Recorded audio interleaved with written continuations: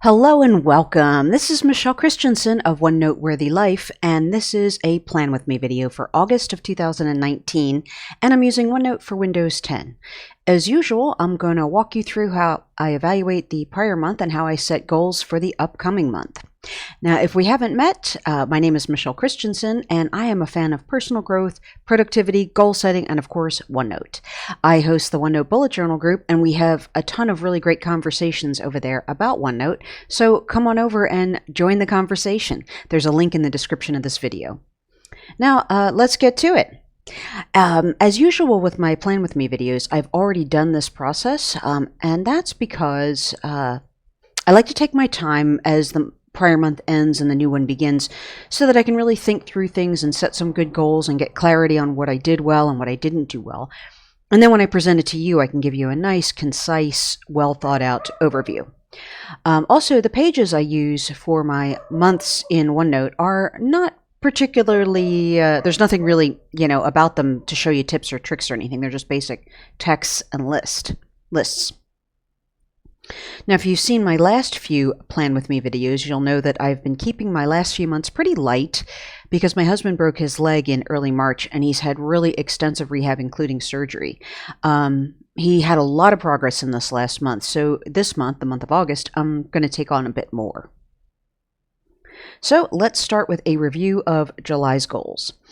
So this first page is my July goals for OneNote Worthy Life, which is my brand and blog.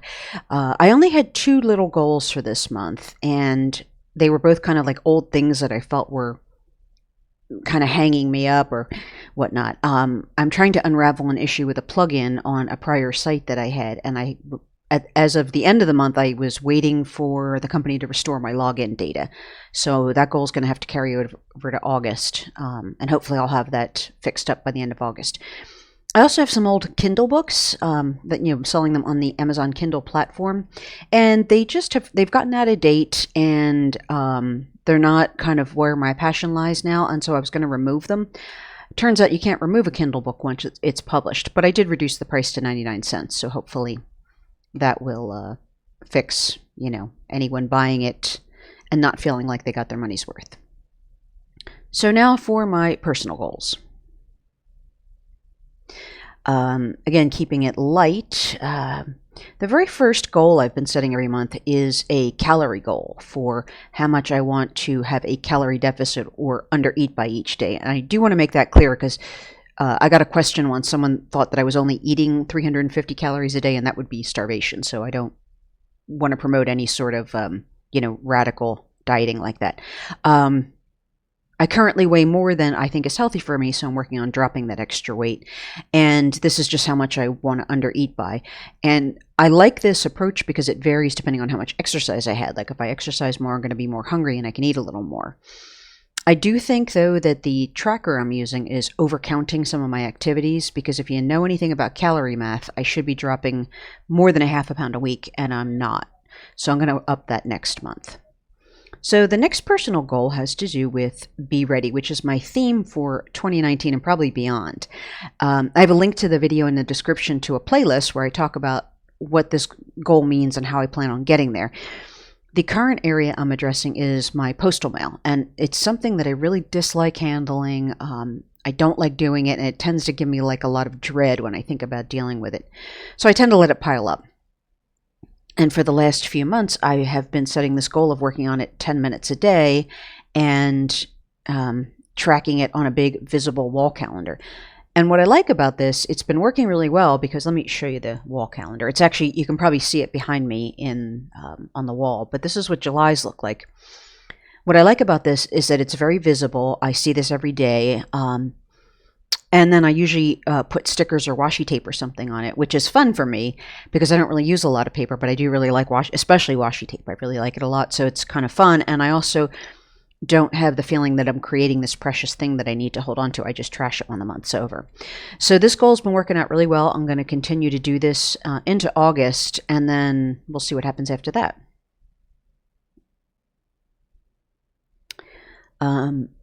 The next goal has to do with some personal burnout that I'm experiencing. I'm reading a book called Peak Performance, and my goal was to read chapters 3 through 5, and so I've done that. And if you haven't heard me talk about this book, it's a bad timing on that. It's a book about how to perform at your highest without suffering from burnout. So it's about how to train and perform at your highest level without suffering burnout. And the two authors are an interesting combination because one comes from an athletic background, the other comes from an academic and professional background, but they were both very high performers who suffered burnout. So I read the 3 chapters I was hoping to read, and I'm getting a lot out of it. I'm getting a lot of really good ideas about how to set up your schedule and how to take time off so that it's productive and that kind of thing. It's also been working out really well to just do a short, like a small goal so that I can read the chapter slowly and kind of take notes and digest it. So, yeah, so that's going well. Oh, next goal is the sewer project. If you haven't heard me talk about this, we found out right around the beginning of July that we have a problem in the spot where our sewer line meets the city. And so we're having to work with the city to get this fixed. And this is the kind of project that would really stress me out because it's kind of really uncertain. There's really not a clear path forward. And I'm dealing with not only with the city, but a lot of departments within the city and possibly multiple contractors. So I'm kind of corralling a lot of administrative details and deadlines and things like that. But I'm doing pretty well with each step. Just kind of staying on top of it and acting really quickly so we don't get hung up on this. I don't want this to kind of go stale and then have to restart it later.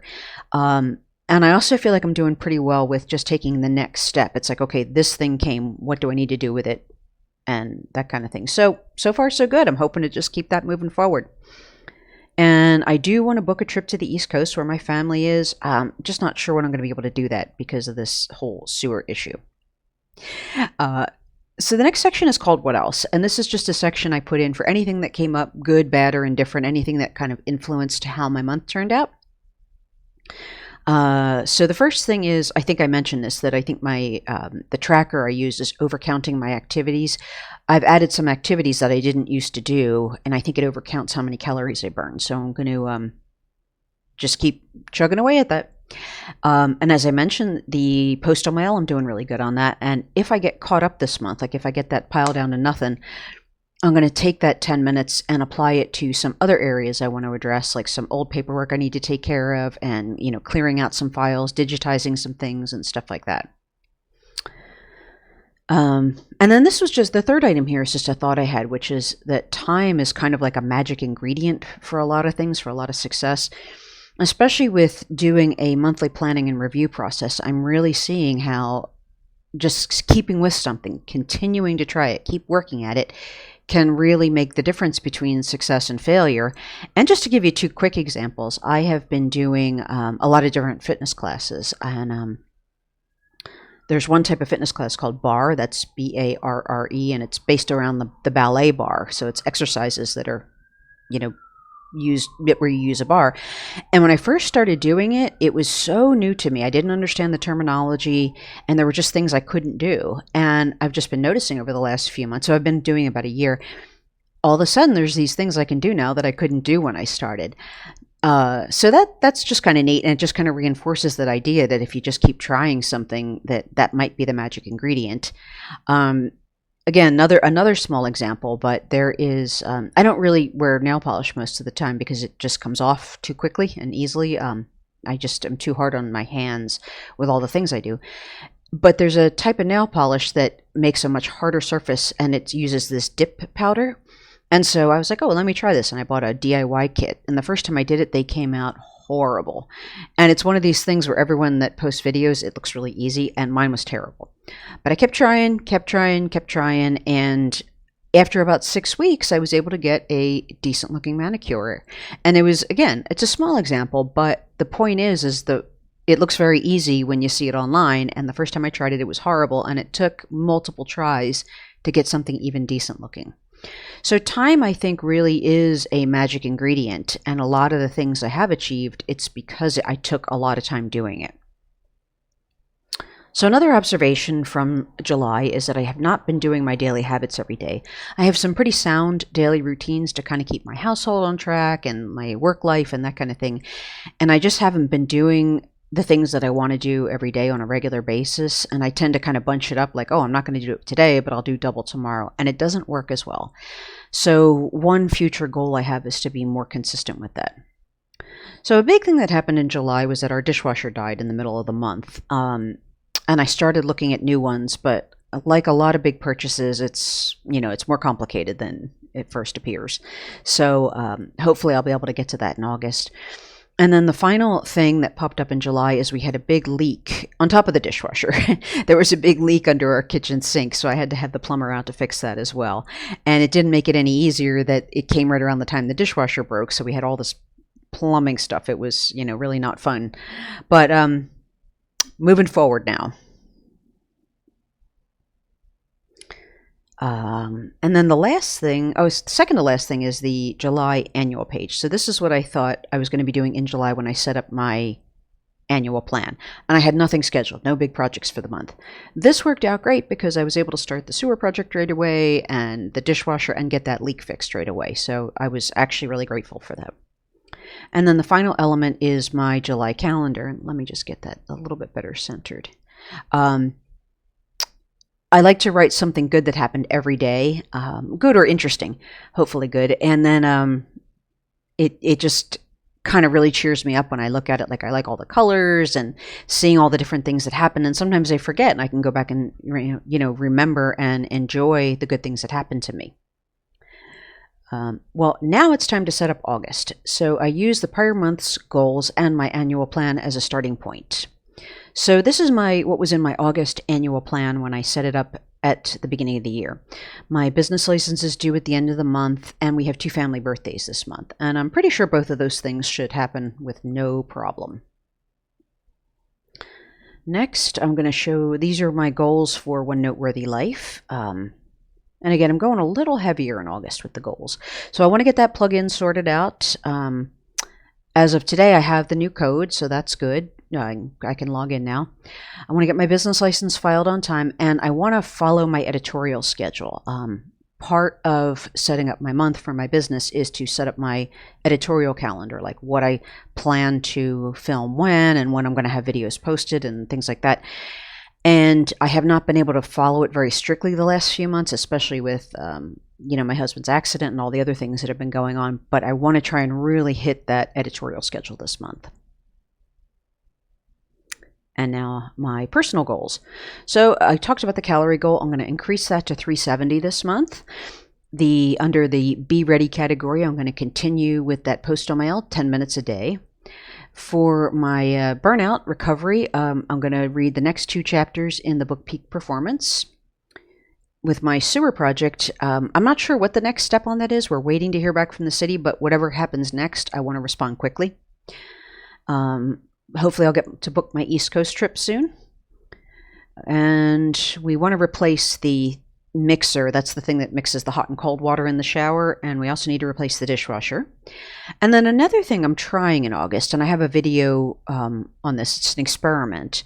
I'm using the daily page of a printed planner called the Full Focus Planner. And again, I go into a lot of detail in the other video. But the short story is that my daily pages in OneNote were becoming really overwhelming, and I was not getting things done based on my daily page. And that's like my main work unit, like I work from that daily page. So I'm hoping that using a different daily page that's already set up for me can help to retrain me to do that better. But again, details in that other video. And then finally, I just want to show you my August calendar, which is already partly filled in.